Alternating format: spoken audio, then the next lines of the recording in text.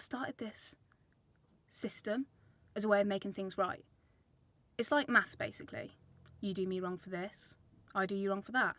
2 + 2 makes 4, we're all right again. Anything that goes wrong, you put right by doing wrong. For instance, I failed clarinet grade 5. I fucking hate the instrument. I only do it because my parents make me. And I tried to give it up, and school orchestra, but then Dad says it's important. And I should just stop going, but I'm not very good at saying how I feel. I'm better at doing. So I dialed a porn number from the paper and left it on. I listened that night in the bathroom, the day they got the bill. I listened in the bathroom because my room's not next to their room, the bathroom is, so I got my duvet and I listened in the bathroom. So my mum was saying things like, "Am I not enough for you?" And he was all, "It wasn't me." And she was, "Of course it was you, just like it was you who fucked Sarah Almond. Who brought her into it?" And it made me feel better. Sometimes though, another instance, my teacher, year 9, bitch supreme, stands me up in front of the whole class, French this was, and she says, "You were talking." And I say, "I wasn't," though I was. And she says, "I saw you talking. I'm trying to prepare you for your Key Stage 3s.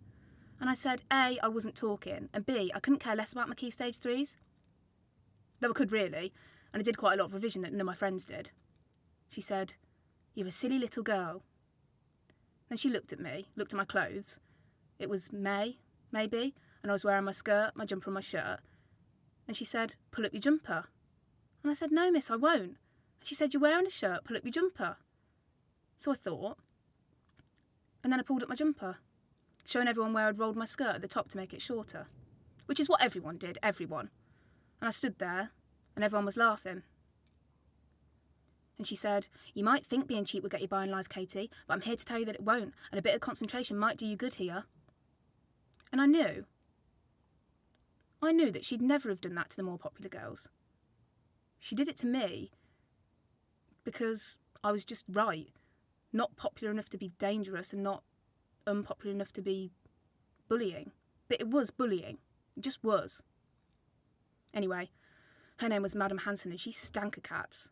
I saw her once at the laundrette and I thought, well, first I thought, what a scab.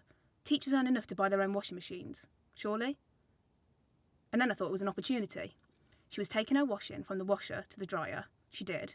And then she left. I went 3 doors down to the butcher's and bought £1/2 of mince.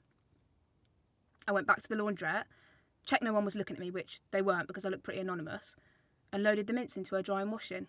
It was perfect. There was dry blood and flesh all over it by the time she got it out. She was doing whites as well. Apparently she didn't stop screaming for 5 minutes. She thought she'd added one of her kittens to the load. It made me laugh at the time. Some things I really remember, and some things I really don't. Like, I can't tell you about how me and Abe met and how we got together, but I can tell you the exact circumstances of the 7 other guys I've blown. I can't tell you my first boyfriend's name in junior school when he left. I can remember his face, but I can tell you the first and last names of all the girls that came to my 18th and left my 18th.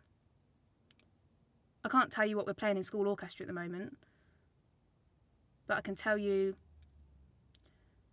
exactly where I was standing when Fat Sheridan, probably my only real friend, but who I only ever spoke to in the library because the library was safe, because no one ever saw us in there together, and I thought I was too good for her. Exactly where I was standing when she told me she was leaving school. Good friend. I used to tell her what she looked fat in. I can't tell you what I'm going to do with my life. I can tell you how it felt in Madam Hanson's last French lesson when she wouldn't stop crying. And I did that. I'd done that. I did that and I felt triumphant. And sick. And triumphant.